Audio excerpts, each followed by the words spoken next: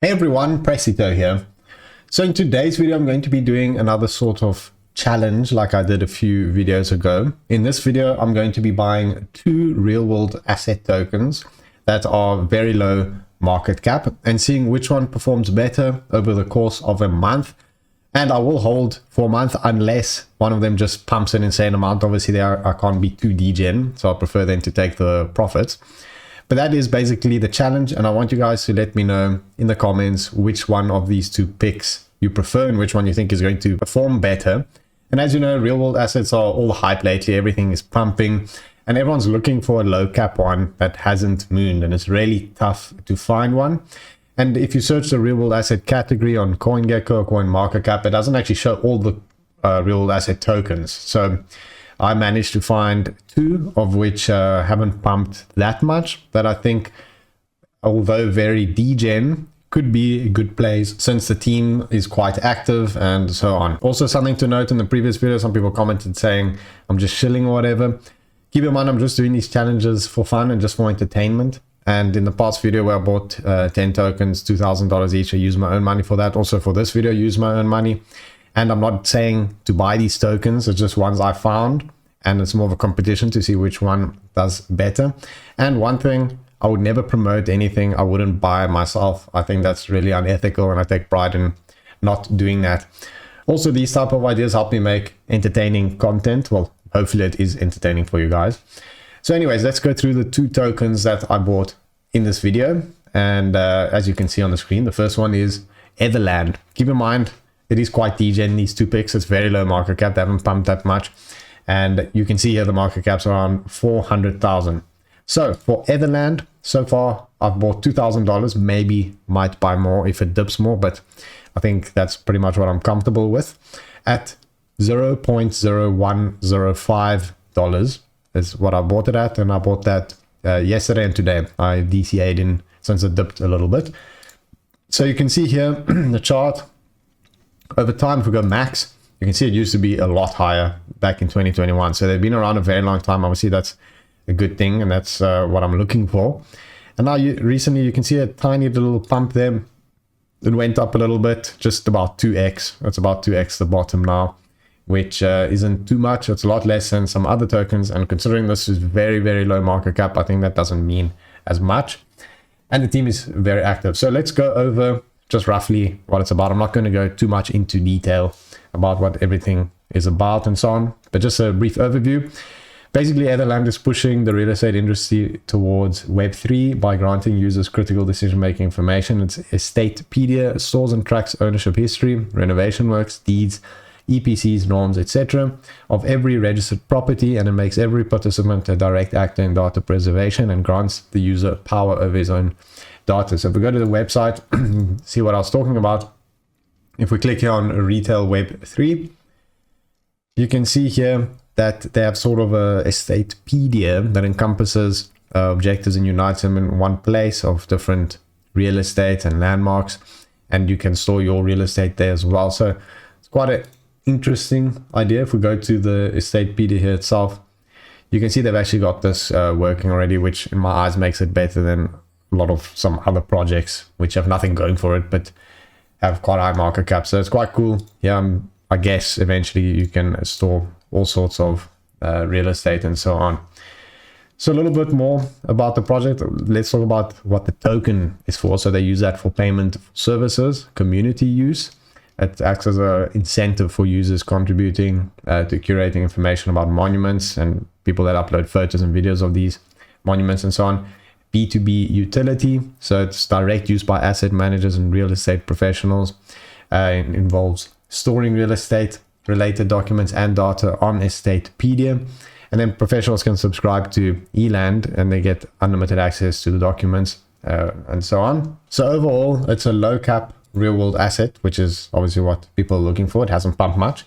If we go to their Twitter, we can see that they are really active. They don't have all that many followers, but they are posting basically every day. You can see here November 20th, they're posting all the time. So as long as the team is very active and it's low market cap, I think it deserves to be higher. So that's one I aped. So now let's talk about the next one that I aped, and that is this TIA, which is tiamond. And this is an interesting one, and I have to give credit to Bobby's Gem Village on Telegram. He made a really nice post about this that was really informative. For this one, I bought $5,000 of it on the 30th of November today at 0.0039. So literally pretty much the current price it's at. And its liquidity is really good. Even though the market cap's 700,000 circulating, the liquidity with $5,000 only changed at like 1% or something. So they have a nice thick liquidity pool, which is always reassuring. For example, Cold Stack had a really big liquidity pool and low market cap, and that pumped like crazy. So that's obviously already very bullish. So Tiamond is the largest tokenized diamond marketplace.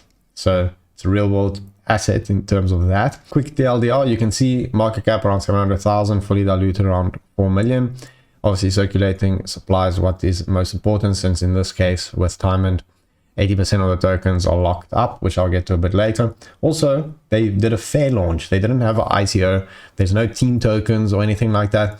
And what really makes Tiamond stand out is that their parent entity, LCX, is actually a really, really big and well-connected company, and they focus on legal tokenization and custodianship. And it's listed on Coinbase and Kraken. So if we go to this LCX token, you can see here its market cap is really high, almost 60 million. And on the markets, you can see a Coinbase, Kraken. So that is obviously really bullish for it, makes it stand out. So world first real world diamonds that were officially tokenized on Cardano and sold out. So that's really interesting. And in terms of LCX, if we go to their partners, they've actually got some really big names, and they got WF, Ledger, they got what other big names? I think Animako was here, and some others, which obviously is really big. So diamonds are tokenized diamonds, as the name suggests, backed by real world diamonds. So every diamond comes with 2 certificates from LCX and GIA, which proves that your diamond is real. So the TIA token, as I said earlier, was fair launch, and it's actually a deflationary DeFi token and no token sale. So that's really bullish. Also, something to note is that 80% of the supply is in a contract to be issued when backing new diamonds under community governance, and the rest of the tokens are circulating, and they have a 10% buy or sell or transfer tax, but it isn't applied as you buy it. It's a rebasing token, so that's something that you have to keep in mind so you don't wreck yourself or anything like that. So on the rebalancing event, what happens is the 10% fee is divided, and this is what makes it deflationary. And if you're holding, you get 5% of the fee of every buy, transfer, or sell. So if you're holding token, you get that. Then 2.5% of every fee is transferred into LCX token on Uniswap, and the other 2.5% is burned. So this is what makes it deflationary. So you might be upset if you buy it and you lose 10% of tokens, but if you're holding, you get that 5% of other people trading it added to your tokens. So it's quite interesting. That's what makes it deflationary. So let me know in the comments which of these 2 projects you like most. Obviously, they're both quite decent. Maybe you don't like any of them, but I think the potential is there. Obviously, if we look at TIA price here, we can see that it's pretty much bottomed for a very, very long time. You can see how high it was in March 2022. But recently it has spiked a bit, but you can see it's kind of up, down. And right now it's max about 2x from the bottom. You can see about 2 here. It's about 4. And if you go to markets, you can see it's available on Uniswap. You can see the liquidity is really big. +2 depth is almost $10,000. Volume at the moment is very low, so not many people know about it. Maybe because it's cuck, or maybe it's a pro and it's a gem, who knows. But that's why I'm doing these experiments, that hopefully turns out pro and hopefully make some gains. So again, let me know in the comments which one you prefer, or if you think both are trash. And thanks for watching. I'll see you guys next time.